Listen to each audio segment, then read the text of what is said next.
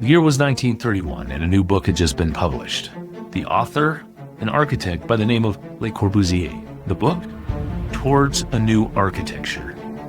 This was a seminal work in the revolution that was the modernist movement at the beginning of the last century.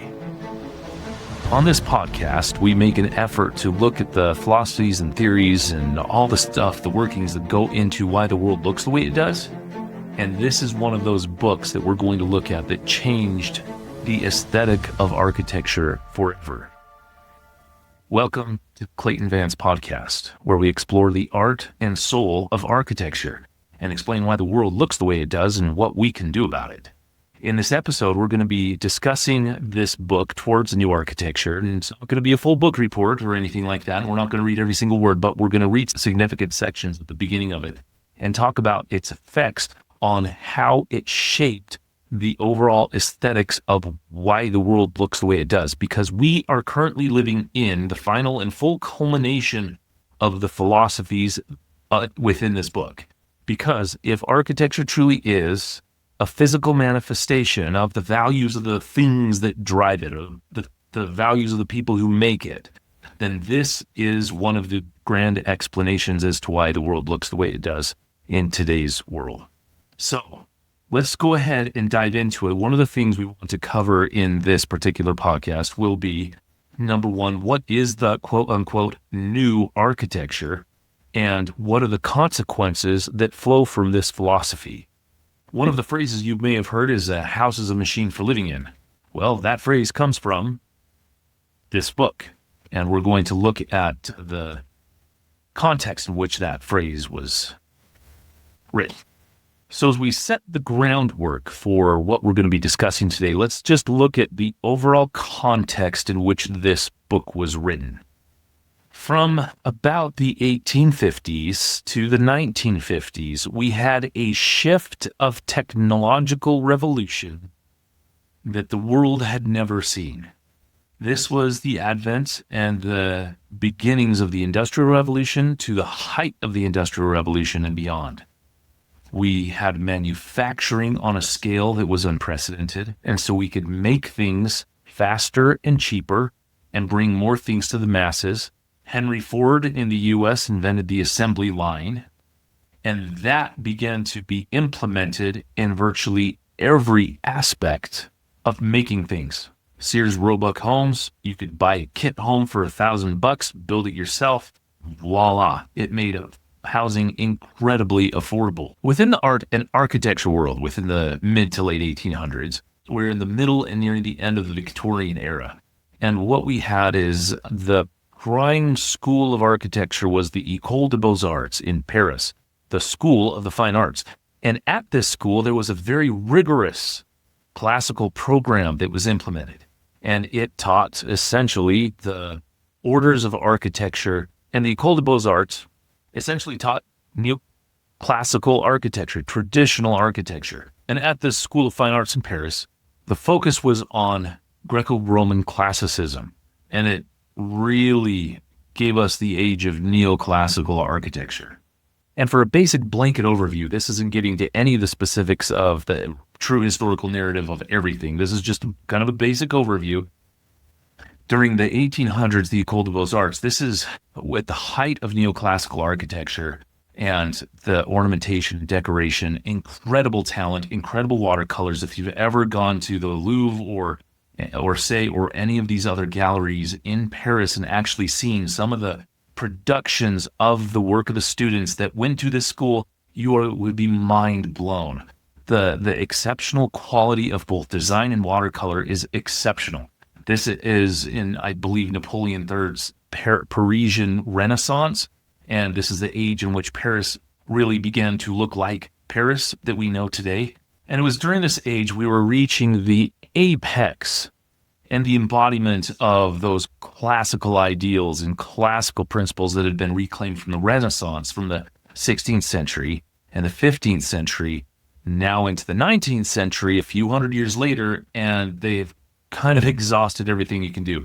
There was a superfluity of decoration and ornament that began to be meaningless And when you look at this age, this Victorian age of architecture, there is such a proliferation of ornament and decoration on these neoclassical buildings and or Gothic buildings and or whatever is being built at the time, that the pendulum got stuck on one extreme. And it got forced, the pendulum got forced all the way to one extreme. And just like every good generation does, they rebelled from their parents. And so what you have is you begin to have the Romantic movement in art and music, and you have the Impressionists, and you have Picasso, and you have, and all of these other things begin to shift at this time.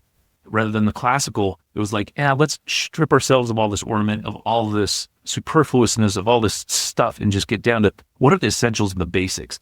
Now, as a human being, I get that. Within societies, there's always going to be a pendulum swing from generation to generation. And so it's just a natural state of being. And what happened is because the next pendulum swing happened during the Industrial Revolution that had never been around before, it gave the artistic establishment and architecture establishment another thing to grasp onto that they had not yet had. And that was engineered materials. To this point, what we'd only had was natural wood. You fell a tree, you mill it, those are your joists. You go to a stream, get a bunch of rocks. You go to a quarry, get out a bunch of rocks. You chisel them down to the right size. You put them on top of each other. You get bricks, you get some clay, put them in an oven. They come out. You put them on top of each other. You get some wood, you carve them up. And you get door surrounds and window surrounds and decoration and ornament. You chisel out slate. You chisel out limestone. Anyway, the reality is you were just dealing with natural materials. But now all of a sudden we have iron, and then cast iron, and then wrought iron, and then steel. And with every single iteration of material invention, we have a slight improvement to the engineering principles and properties of that particular material, that it stretches their natural capacities in a way that had never been realized before. Steel can now span enormous distances, and you are no longer subject to natural materials in terms of how large your rooms could be. You could do them entirely differently. And architecture no longer was subject to the physical, and architecture was no longer subject to the physical properties of natural materials. Between that and the assembly line and mass production of stuff, that began to change what we could actually do. So let's get into this book a little bit. Towards a New Architecture. At the beginning, he talks about the argument. Once again, going back to trying to understand why the world looks the way it does. Understanding the philosophies that drive it all, super critical. He says, the engineer inspired by the law of economy governed by mathematical calculation puts us in accord with universal law. He achieves harmony. At the outset, when you read that sentence, it actually seems to make sense. It's like, yeah, anything that is governed by mathematical calculation seems to put us in accord with universal law. Yes, that is true. And that is interestingly why all of the buildings that use natural materials look good. Is because nature is governed by a set of principles and natural law that if you actually use natural materials will result in things that automatically by default look good because they are forced to work according to the laws of nature. However, once you change those materials into a more engineered form, you still are governed by the laws of nature. You physically changed and modified the rules of the game in which you're playing with and or dealing with nature. And not that there's anything fully wrong with that. You've changed the rules of the game, and because you change the rules of the game, you can change everything. And that kind of thing is happening right now with AI. And this technological advancement or progress, we have to be very wary of because it may look like progress. The idea of progress has to be framed within a context of an ends. And if we don't fully understand what ends we're actually pursuing, then the means on how to get there and what we're actually doing might not actually be progress. Because the reality is, once again, if you're listening to this driving down the road, if you're listening to this walking through your neighborhood, or sitting in your house, take a look at your surroundings. And if you're in a beautiful classical house made of natural materials and it's timeless, Congratulations. I hope you love it, even though you have all of the idiosyncrasies that come with old buildings. If you're in all the new stuff and you're driving around and seeing the big box centers and all the traffic beside you and the 6-lane freeways and all the concrete and steel and glass around you, think to yourself about this idea of progress and walkability and urbanism and activation of spaces and all of the stuff that we make right now. Is that really progress? Is that what progress is? Progression towards what? Or is it a de-evolution of civilization? Because personally, I don't look at it as progress. I look at it as a grand experiment that we tried that actually creates stuff that fails. If you've ever designed a custom house or ever tried to describe a creative work to someone else, you'll know that. It's very difficult to put words to creative things because pictures are worth way more than 1,000 words. They're worth everything when you're trying to describe creative things. As he goes through his argument, he talks about 3 reminders to architects. He talks about mass surface plan, and then he goes through regulating lines and eyes which do not see. And so mass surface plan. It's interesting because I talk about simple massing. He talks about primary forms in simple massing. We both completely agree on that. However, the way he defines it, or at least the results of how he's defining it, completely different than the way I would.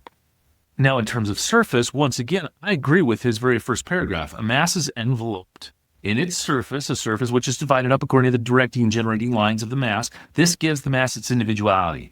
And when you look at any given facade, look at the house right next to you, look at your own house, look at the building that you're sitting in. When you look at the surface of the building, you look at the surface of the walls, those lines that actually divide up the form are the thing which give it its individuality. And how we divide up that form is what give it the individuality. What he completely rejects here, though, is the idea of type. And that's a whole different discussion. But let's look at plan. He says the plan is the generator. Without the plan, you have a lack of order. The plan holds in itself the essence of sensation. Now, this is the beginning of where they started doing the plan inside-out design rather than outside-in design. And this changed the whole modality of how you approach design. That is significant to understand. Prior to this, and prior to the turn of the last century, people really thought about plan in terms of the context to what the exterior looked like. It was a much more cohesive design from the inside to the outside, because the outside began to dictate what happened on the inside. Once you just design from a plan out, your building can pretty much look like anything. It really adopts the adage that form follows function. It's purely functional, and whatever happens on the outside, that's what it is. Now, let's look at that for a second. Form follows function. What's the function of a big box store? It's a warehouse. It's a big giant warehouse where you hold stuff. You drive over, you get the stuff from the warehouse, and you drive back. There isn't anything more pure or authentic or honest in architecture than a Walmart or a big box store. And guess what? We love them because they have everything. We go to them, we can drive to them, pick up whatever we need, and they have it, and we go back home. I get it. I live that way. I still live that way. But it's interesting how that changed everything. This book is the part of the thing that actually generated the world that made that possible. A big, giant, big box store, if you don't like what they look like, it's almost impossible to do it any other way. This is where things turn into, this is a movement and not just a stylistic consideration. The movement was, a great epic has begun, he writes. There exists a new spirit. There exists a massive work conceived in the new spirit. It is to be met with particularly in industrial production. That is the MO. The modus operandi is the goal to make it an industrialized society. Architecture is stifled by custom. Did you hear that? Architecture is stifled by custom. Now, there's 2 ways you can read that. Architecture is stifled by custom, meaning that the traditions of the time. He's saying that, hey, we're just holding on to all the stuff of times past. But you can also really look at it in terms of when you do custom things, which is everything in that custom, everything is really individual, it costs a lot. However, it costs a lot in today's world. However, back then there was enough craftsmen. And right after he said architecture is stifled by custom, he was referring to one thing in particular, which he says next, The styles are a lie. That's what he says. The styles are a lie. This is the advent of the idea of honesty in architecture. Style is a unity of principle animating all the work of an epic and the result of state of mind which has its own special character. And what they're trying to get at is saying, let's abolish every former style of architecture. He says the airplane is the product of close selection. The lesson of the airplane lies in the logic which governed the statement of the problem and its realization. What he's saying here is the airplane is a direct result of the physical requirements that makes an airplane fly. You can design an airplane in only a couple ways. You can't design an airplane like a bowling ball. It won't fly. The problem of the house has not yet been stated. Nevertheless, there exists a standard for the dwelling house. Machinery contains in itself the factor of economy which makes for selection. The house is a machine for living in. And what he's trying to get at when he's saying a house is a machine for living in, what he's saying is that the technological requirements of the house, this form follows function thing, the idea of an airplane, it can only function if its form is X, Y, or Z in order to meet the physics of flying. That means a house should be akin to that machine. What are the functional necessary requirements to make a house work? And then we will turn that into a nice little soup and deliver that in terms of what it looks like. The plan proceeds from within to without. The exterior is the result of an interior. That is where he says the illusion of plans. And once again, this is the beginning of inside-out design, is early 20th century. And that is one of the primary reasons why the world looks the way it does, is this idea of form follows function. A great epic has begun. There exists a spirit industry is overwhelming us like a flood which rolls on towards its destined end, has furnished us with new tools adapted to this new epic animated by the new spirit. Economy, economic law inevitably governs our acts and our thoughts. Now that is 100% true. The problem of the house is the problem of the epic, building and establish the elements of the house on a mass production basis. Guess what? We're still trying to do that. And we do that. We do that. Most of us in the U.S. live in some form of a mass production house. All the split levels, all the little ranches. We must create the mass production spirit and look to the question from a critical and objective point of view. We shall arrive at the house machine, the mass production house, healthy and morally so too, the beautiful in the same way that the working tools and instruments which accompany our existence are beautiful. Beautiful also with all the animation that the artist's sensibility can add to the severe and pure functioning elements. That a style belonging to our own period has come about. There has been a revolution. The primordial instinct of every human being is to assure himself of a shelter. The various classes of workers in society today no longer have dwellings adapted to it. It is a question of building, which is at the root of the social unrest of architecture or revolution. And that's the stakes he's putting on. I'd like to illustrate something just as we end.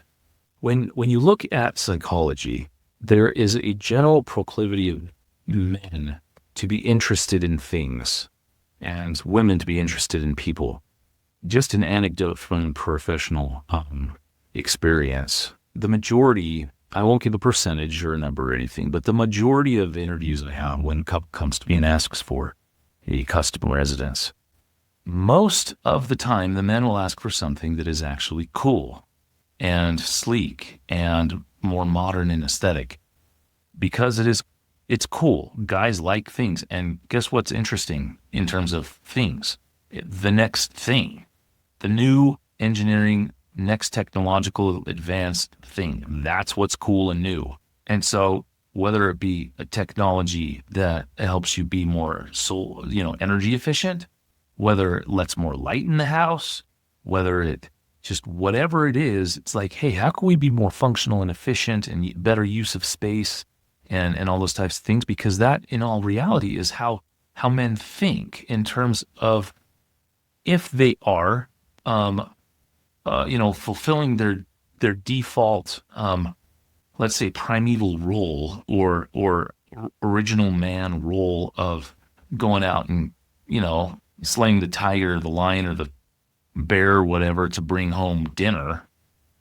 There's this level of efficiency that a man has to accommodate himself with from, I'll say, an evolutionary standpoint, because you have to come up with the best, most effective way to expend the least amount of energy to get the resources you need to provide for those who are counting on you, right? And when that happens, you're trying to come up with the most efficient ways to provide, coming up with the most efficient ways to provide. And so every single time, it's like guys oftentimes like, I don't want any halls. I want super efficient spaces. And it's really interesting. And then on the flip side, a lot of the women will want something like a cute little cottage, and they'll want it to be cute, charming, beautiful, and have cozy little spaces and nooks. And what does that reflect? It reflects the interest, the general psychological interest of women, or the feminine personality traits that they want to have those nurturing capabilities, and interested in people and relationships. And what do you do in cute little spaces and nooks? You build relationships. If I have a little cozy nook in a house, what's that for? It's to go in and read, hang out with a friend or two, and talk. And so frequently what I'm dealing with is this dichotomy between trying to balance the efficiency needs of the masculine trait and desires with the charming needs and the personable needs of the feminine traits. And how do you turn those into a house?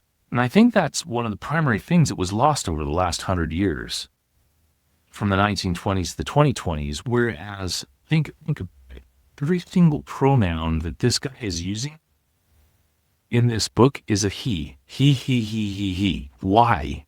Because guess what? Back in the day, and the reality is still mostly today, just go out. And if you're a female, do not be offended by anything I'm about to say, because if you're a developer, if you're a builder, if you're a crafts person, if you are an architect, home designer, etc., like, good on you. We need more females in the space. But when you look at who primarily builds the world in which we live in, most developers are going to be men. There's not a lot of women in there. And the reality is most home designers are actually men. Most architects are men, which is changing enormously over the last 20 years. It is a much more novel thing to have a female in those roles in the building environment, except in what primary profession? Interior design. There are a lot of males in interior design. There's also a ton of females in interior design, because that really deals with the final aspects that generate charm. And the reality is you can take just a horrible box, put the right lipstick on it, and it's a wonderful place to live. And you can fix a ton with the final touches, which are frequently in the purview and the arena of interior designers. But guys trying to reach for more efficient ways to do things, more technologically advanced ways to do things, always trying to solve problems with technology. Some are trying to solve it with craftsmanship.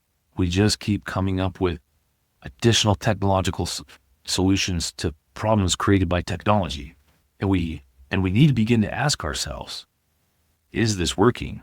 Or should we look at the problem entirely differently? Because in my opinion, a new epoch has begun. A new spirit, and if this is how we're going to conclude, I'm going to rewrite his thing. A great epoch has begun. I'm going to rewrite it and say a new epoch has begun. And there exists a new spirit, a new quantity of work conceived in the new spirit of the old. And it is to be met particularly in craftsmanship and individual production. Architecture is stifled by technology. The styles capture and reflect the historical charm of ages past that we can recapture if we so choose.